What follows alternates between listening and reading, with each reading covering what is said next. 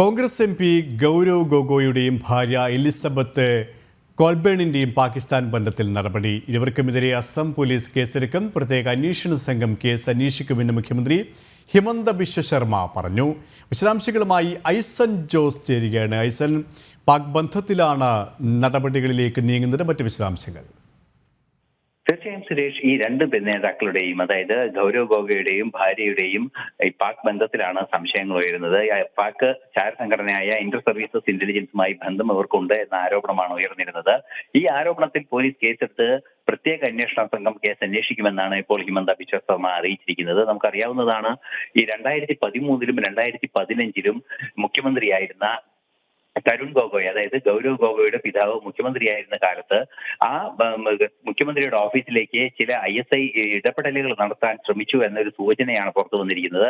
അത് സംബന്ധിച്ചുള്ള ചില വിവരങ്ങളെല്ലാം തന്നെ മുഖ്യമന്ത്രിയുടെ ഓഫീസിലെ ഇന്റലിജൻസ് വൃത്തങ്ങളുടെ അടിസ്ഥാനത്തിൽ ലഭ്യമാവുകയും ചെയ്തിരുന്നു. എന്നാൽ ഇതൊന്നും കൃത്യമായും കാര്യക്ഷമമായും അഭിസംബോധന ചെയ്യുന്നതിനെ അന്ന് മുഖ്യമന്ത്രി തയ്യാറായില്ല. അല്ലെങ്കിൽ മുഖ്യമന്ത്രിയുടെ ഓഫീസിൽ തന്നെ നേരിട്ട് ഇടപെടുന്ന ഗൗരവ് ഗൊഗോയ് അതെല്ലാം അട്ടിമറിക്കാൻ എന്തെങ്കിലും ശ്രമം നടത്തിയിരുന്നോ എന്ന രീതിയിലുള്ള അന്വേഷണങ്ങളാണ് ഇപ്പോൾ നടക്കുന്നത്. പ്രധാനമായും എടുത്തു പറയേണ്ടത് 2013-ലും 2015-ലും ഭാരതത്തിലെ ഒരു സംസ്ഥാനം കൂടിയായ അസമിന്റെ മുഖ്യമന്ത്രിയുടെ ഓഫീസിലേക്ക് കടന്നു കയറാൻ ഇന്റർ സർവീസസ് ഇന്റലിജൻസ് ശ്രമം നടത്തിയെന്ന ഒരു സൂചനയാണ് പുറത്തു വന്നിരുന്നത്. ഇതിലാണ് പോലീസ് അന്വേഷണം ആരംഭിക്കുക എന്ന് അറിയിക്കുന്നത്.